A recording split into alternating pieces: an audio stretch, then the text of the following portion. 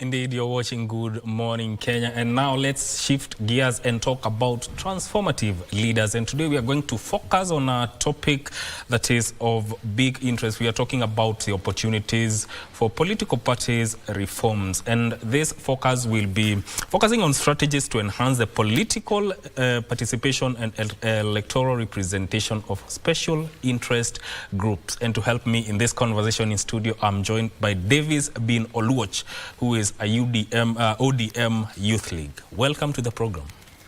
Thank you so much. How are you doing today? I'm doing well. Yes. How are you? I'm very fine. Okay. Glad that you are here to have this conversation. Thank you. Now let's get into it. How do you rate the political participation and electoral representation of special interest groups within the political parties in the country?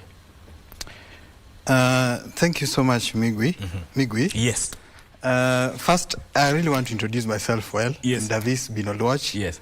I was born in Africa, yes, Kenya, Plateau of Nyabondo, yes, in Nyakach constituency. I'm here to represent the ODM party, yes, as the biggest party in Kenya, in Africa. Yeah. We are soon getting into Asia. What you've asked is about representation. And I think our political parties are really trying, but it's only that there's inclusion, but where I find the fault is on decision making. That you will find a youth leader or a woman leader or a PWD leader on a table, but their decisions are not really taken into consideration. That's where I really think we should put more focus on. But on representation, like in my political party, the biggest or at the topmost decision-making table is called the Central Committee, and there's a youth leader there. Fortunately, my youth president I've just left here. Yes. It's called John Maketora, yes, a good gentleman from Kajiado. He's actually the one who introduced me to the party. At the NEC, there's a youth leader. At the NGC, there are youth leaders. At the Delegates Conference, there are youth leaders. But it's only that their voices are still not being heard.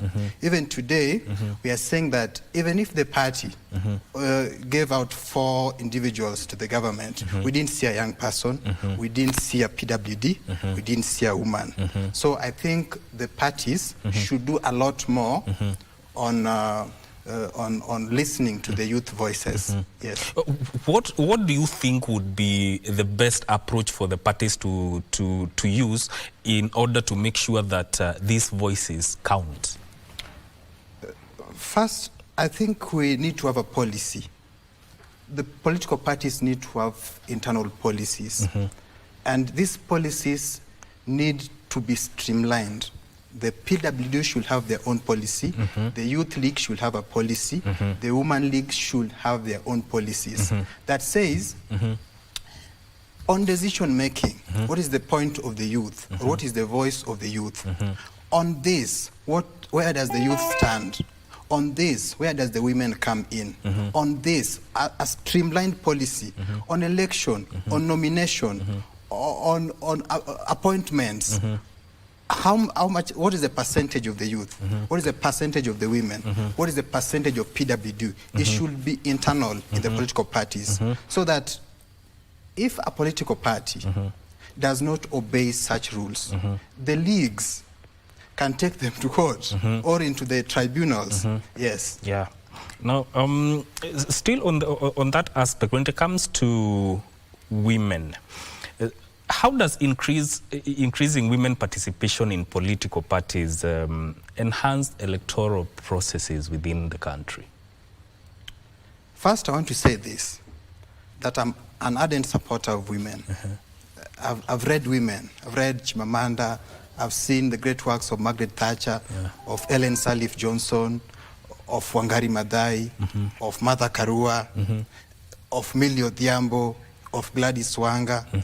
And I want to say that women in their nature are good people, and they are multitaskers. Yes. And the Gen Zs have been talking about bad governance. And when we see the statistics, most of these people have been men in governance. Yeah. So I think it's time we give women a chance. So I think, first, women have been sidelined in politics for too long, going way back. And do you know what happened way back? There was no technology, there was no education. So what they were doing is that they were using political force, they were using the physical force, so that the person who has the biggest force will rule. Yes. So at this time, as we advanced, now we have education, we have technology, and we have seen that women are really capable of doing any other thing that men can do. So first of all, I think women are bringing into our political parties the multitasking. They are bringing the care, and they are bringing good governance.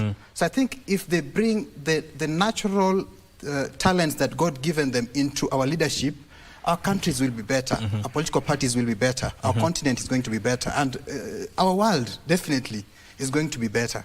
Yes. Now, when we talk about special interest groups and their inclusion in these political and electoral processes, what does that change the perspective of the party towards their supporters or the masses? I want to say this. Yes. Can I answer it on women or on the special interest groups? Yes. Anyone that fits you. I want to say that women are, I think, 50%, if not 60%. So that if women are there, there's some instinct. I think I've seen it in the recent few the past few weeks, that today I'm in the ODM party. But if the ODM party is someone tries to intimidate the ODM party, I feel bad. If someone I'm still a Gen Z. I may not look Gen Z, but I'm still a Gen Z. It's on the economy. Yes. But then women are 50%. If they see someone there who is a woman, they feel good. And if they don't see someone who is a woman, they also feel bad. So I think when political parties embrace women, more women tend to lean on a political party that favors women. And I want to say that ODM party really favors women. It's only on this appointment. We still don't have clear communication on what happened. But ODM party really favors women. I've been in the party, not for so long, but for 3 years. And I've seen, even on little matters, that a party is sending you to Mombasa, 4 people.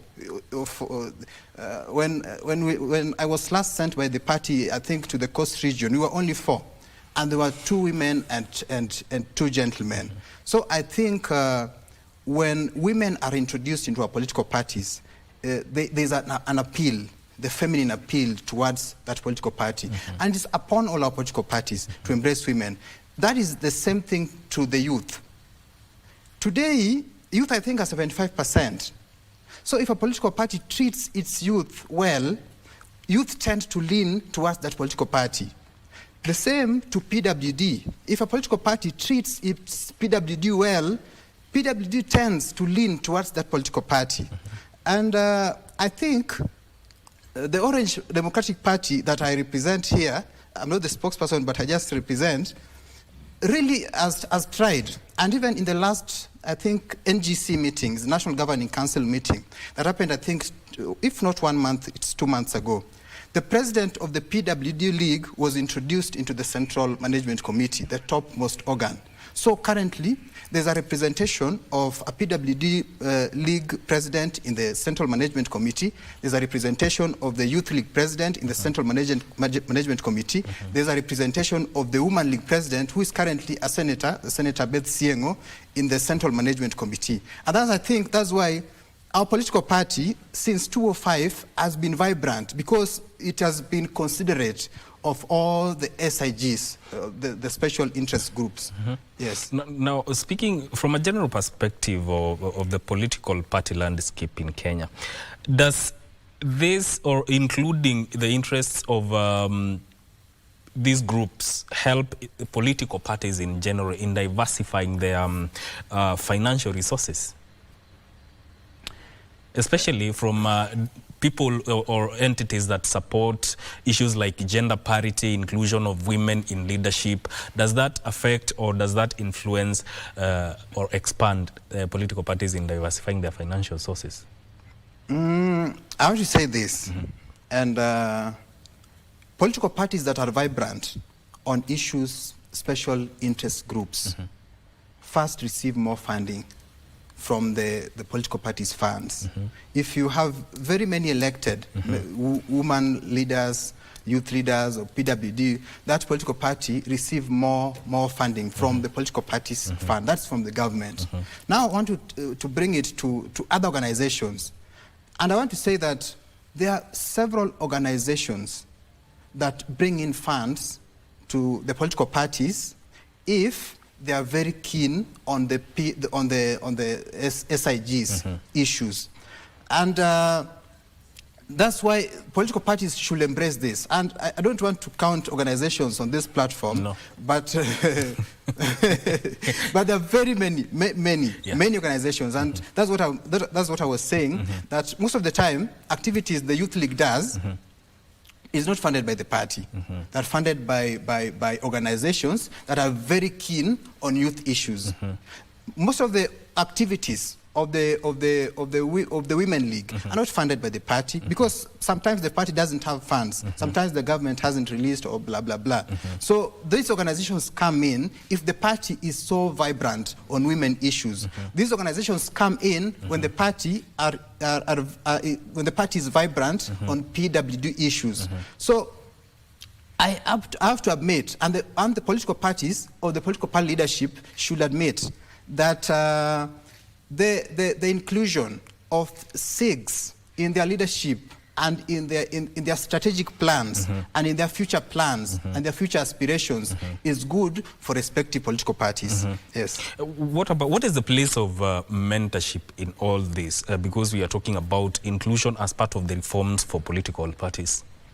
What is the role of mentorship in all this? I want to say this.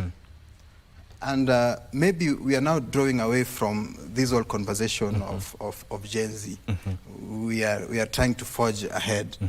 But one of the issues that the generation raised is on mentorship. And I want to tell you that I graduated from university in the year 2020.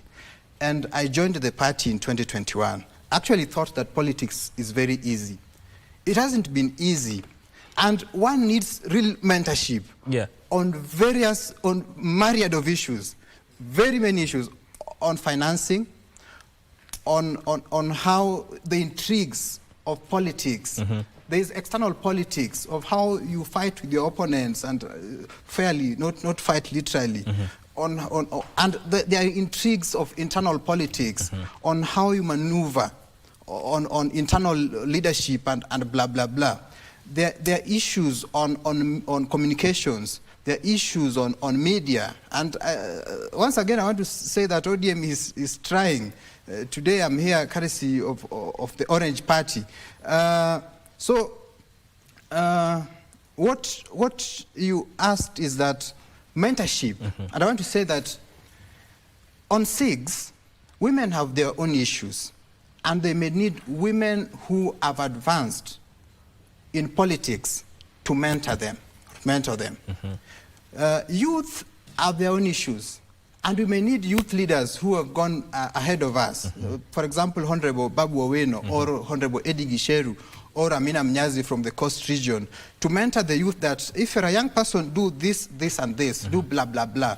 Women have their own issues. Maybe, for example, cultural barriers, there are issues of finances, there are issues of sexualizing politics, that if a woman is in politics, she's there courtesy of someone who's slept with her, and sometimes it causes trauma. And they need to sit down with women who have done these things so that they can tell them that if this comes, do this. Women who've done it, like Milio Diambo. And I have a friend who I think was in a workshop called Future Elect, where women sit down with other women, and I think in their last seminar there was Joaquin Dungu, who has been in the judiciary, and she has been a member of parliament, and she was speaking to them. And she said that was one of the best things that he saw. And mentorship, our political party sometimes has taken us to personally, I've been taken to the ESC, and I've seen what happens in EALA, what happens in the East African judiciary, what happens in their legislature, and how they do their things. And that's why sometimes I can maneuver, and even if issues come, I can rise up. So I think mentorship, we really need mentorship. For example, from people who have gone ahead. Yes. So you know, mentorship does change the perspectives of, let's say, for instance, the youth, especially who are going to get into politics, let's say in 2027 or now. You know, in I think 2 weeks ago, or a month, I had presented a paper to the party on you know, Baba has become big. And we might need an academy for Baba. Let's say Raila Odinga Leadership Academy. And I think these academies, I think if I had your questions correctly, or this mentorship, really give us even perspectives that we never had. You know, sometimes you are thinking within the box. And when someone who is ahead of you tells you something, you now tend to think outside the box. That, oh, kumbe it's like this. It needs to be like this. Sometimes something you are really so sure that it should be happening like this, but then when that leader comes who has gone ahead, you find a new perspective. So I agree with you that there are new perspectives that come in with mentorship. Yes. There's also the priorities of various political parties based on their ideologies, but I would want you to talk about the importance of prioritizing women and other SIGs, their priorities in upholding constitutional mandate and fundamental rights.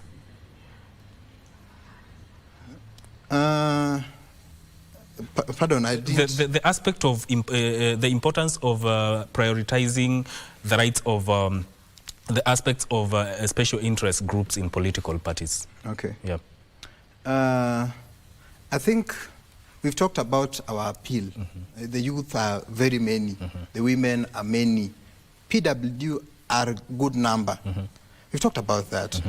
We've talked about the expertise we bring, the technology, the innovation. But even if all this, let me be serious when I'm saying this, even if all these are not there, the Constitution requires that there be no discrimination. I think I haven't studied law, but I think it's some chapters 27, or is it Article 27, or I think something of the sort, that we should not be discriminated according to your gender, your age, or your religion, or your race, or your physical appearance. So I think it is our constitutional right to be included. If I love the policies of the Orange Democratic Movement Party, and I merit to be in a leadership position, I should be given. If Honorable John Mark Ketora, who was here, today Honorable John Badi is going to be a CS. We, as the Orange Democratic Movement Party Youth League, we are actually demanding that the ODM Youth League president should be given that position, because the Youth League has never been rewarded in the political party. So I think it is in the Constitution that we should be given the rights. But should the youth be rewarded or be given a chance based on merits? I want to say this. We are not shortage of youth who merit these positions, especially in my political party. There are very many. Very many. You know, let me tell you, if I tell you my position in the Youth League, it's a very, very small position. There are very many people on top. But I can articulate the party policies and the party ideologies and the party stand. So, meaning that we are not short of youth who merit these positions. So, either way, if we merit, give us. I don't think there's any way you can find that there's a position that we want to be given and there's no one who can merit it. We are not in shortage of youth who are good on anything, on policy, even on architecture, anything in this country. Yeah. Let's talk about, going by the events that have happened in the last few weeks within the country. Yes. From a general perspective, do you think the parties are ready to include the youths at all levels of decision-making process? I won't talk about the parties. I think I want to talk about my political party. I would want you to talk from a general perspective. A general perspective. Yes, we are talking about all political parties, not ODM only. Okay. Yeah. I can talk on a general perspective because I have friends in all the political parties. Of course. Yes. And the political parties are willing, not even because of the issues that happened. They're willing because they have youth leagues. They're willing because they have had women leagues. They're willing because they have had PWD leagues. So I think we have to admit that the political parties are really willing. What I can just add, what the political party leadership can do is to give the youth something tangible. If a youth is sitting somewhere, today I think I saw President appointing a 32-year-old to the cabinet, let him have a voice. What he's saying is contributing. You know, most of the time they tell us, oh, you are young, you don't know. What you're saying, no.